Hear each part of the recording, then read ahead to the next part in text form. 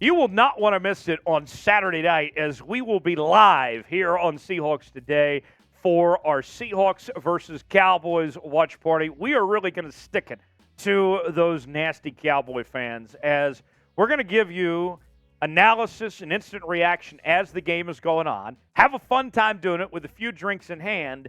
And did I mention that Tyler Smitty is going to be in the house with me as well? What more could you want? What more could you ask for? Join us on Saturday night. Turn on notifications. That way you are the first to be here when we get the show on the road coming up on Saturday. And between now and then, we're battling our Cowboys report in new subscribers here on the channel.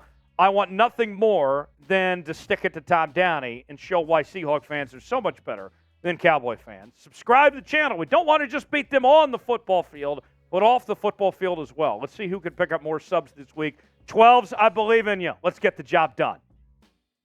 Stock up, stock down. Heading into the second preseason game, I got a list of individuals whose stock has gone up, stock has gone down with training camp wrapped up and the second preseason game upon us. So without further ado, let's start off with whose stock is up. That would be Jordyn Brooks at the linebacker position. Granted, we haven't seen Jordyn Brooks just yet, but everything is progressing nicely for Jordyn Brooks at this point in time. This week, he came off the PUP list, was activated, and he says he expects to be ready to go for the Seahawks Week 1 opener against the Los Angeles Rams.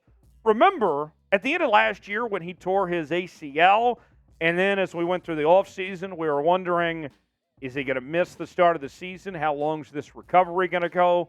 8 months. That's all it was. 8 months before Jordyn Brooks was activated again. A miraculous recovery for Jordyn Brooks. Here's what he had to say on his work to get back on the football field. I just attacked the rehab from day one. I know people were throwing numbers around in terms of what the return timetable would be. I just went off how I felt. And it's been a great process of getting back. The way I'm feeling now, I think I would be ready for Week 1. So there you have it. Jordyn Brooks feels like he's going to be ready to go for Week 1.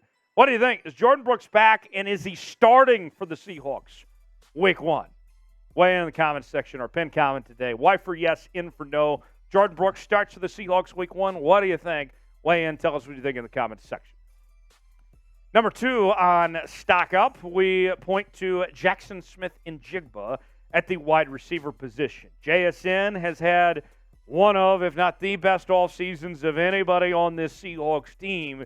And the role for him that's expected of him is to be the number 3, the slot receiver. And in the last preseason game, he played in a total of 12 snaps.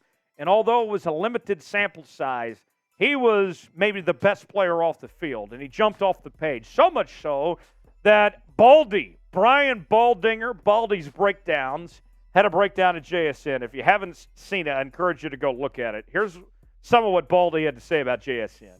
He sees it, referring to the zone, and he gets as much of it back to set up the third down.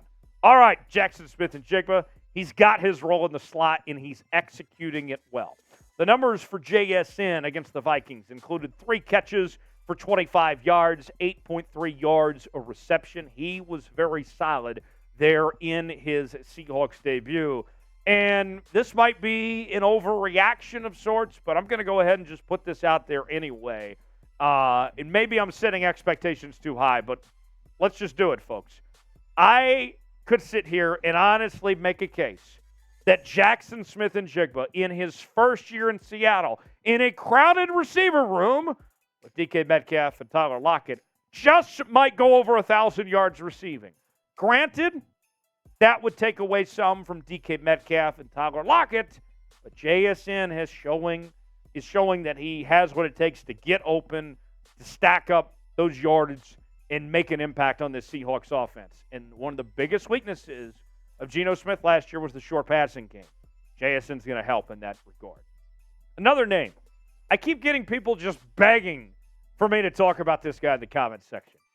Here's your wish, folks. Levi Bell, the defensive end, who the Seahawks picked up this offseason, just came out of nowhere and played a very good game last week. Corbin K. Smith of SIL Seahawks had this to say. Just spoke with Seahawks edge Levi Bell. He was surprised that he wasn't at least a 6th or 7th round pick, but he said battling against established NFL veterans in the USFL ended up being a blessing, preparing for training camp, playing outside full-time for the first time. He came out of Texas State, where he was undrafted as a defensive end and a fullback out of Texas State, so has got experience on both sides of the football. Ends up in the USFL, playing for the Michigan Panthers in a total of 6 games, and although his time wasn't very long in the USFL, he still made quite the impact as a young player. Granted, think about this with the USFL too. I know the talent level obviously isn't what you see on an NFL roster, but those are grown men, right? Those guys, for the most part, have been playing professional football for a long time. Even with that transition from Texas State to the USFL, in 6 games played, he had 4 sacks, which was tied for the 10th most in the entire league. It was impressive. Now, Bell wasn't even on the radar when training camp began. And after last week, I think right now he's squarely on that bubble with a shot to make the team. We'll see what happens. Still a ways to go before we cut down that roster to 53. But he's making a strong case of why he deserves to make this roster. And at the very least, he's going to be on that practice squad and should still be around this Seahawks team. Watch out. This is probably not the last you've heard from Levi Bell. This is a really good UDFA class for the Seahawks. We began after the draft with about 28 different UDFAs, and now we've seen the likes of Levi Bell, to Jake Bobo, and others. I've been very impressed. Snyder and company did their homework on these guys. Who is a UDFA that can make the roster? Is it Levi Bell? Is it Jake Bobo? Is it somebody else?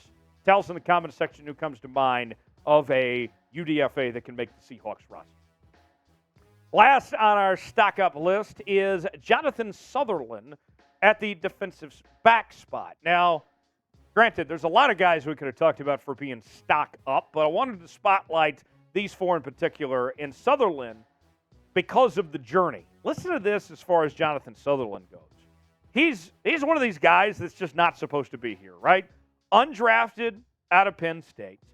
Didn't get a whole lot of playing time in his 5 seasons at Penn State. Started 11 games, but was known for being quite the leader on that Penn State team, as he was team captain for 4 consecutive seasons there with Penn State. It was pretty remarkable of just the type of guy that he was recognized for being.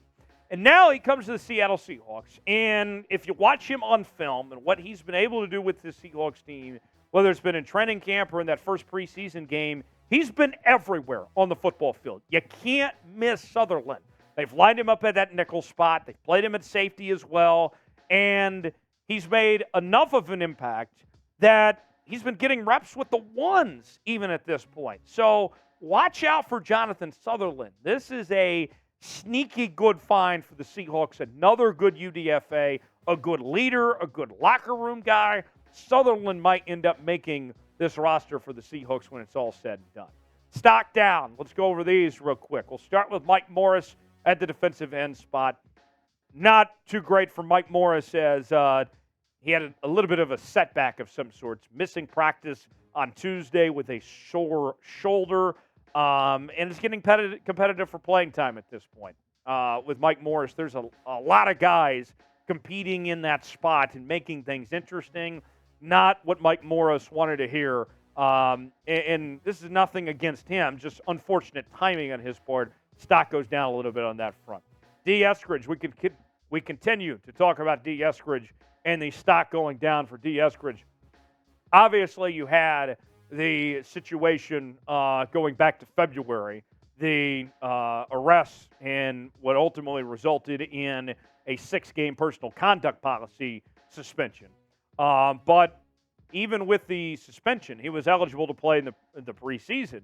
And what do you know? Dee Eskridge ends up getting hurt on the opening kickoff of the last game. Tough break with the injury. But think about this. Dee Eskridge, you got the suspension. You have this injury, which I can't even talk about injuries without talking about Dee Eskridge the last, 2-3 years. Okay? And then other guys at his position are stepping up. We've talked about Jake Bobo a lot here. Landers look really good the last preseason game.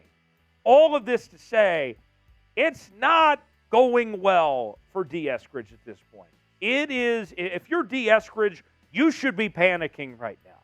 Now, with the suspension, they probably keep you around of some sorts. But when you do come back and when you get healthy, is there playing time for you? Is there a role for you on this team? I don't know, personally. Stock down also to Darrell Taylor. Darrell Taylor in a position where things are very competitive for playing time in his spot, opposite of Uchenna and Wosu. And what we've seen from the young cats, from Boye Mafe and Derek Hall, those guys are stepping up.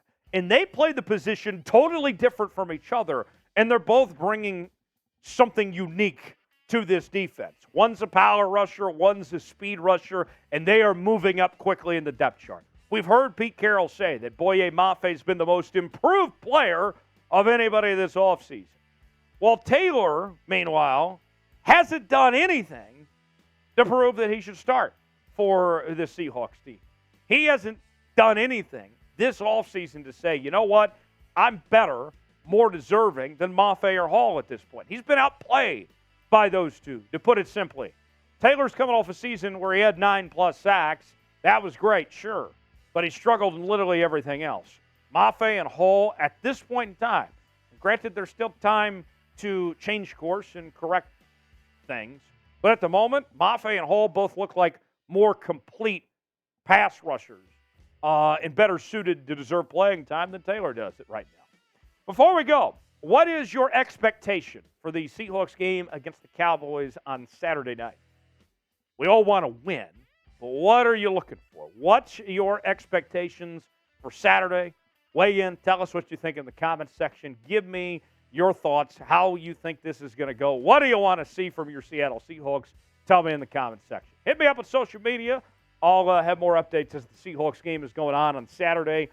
Twitter, Instagram, Facebook, Threads, and more. Tyler Jones Live. You can find me there. I'll see you next time right here on Seahawks Today.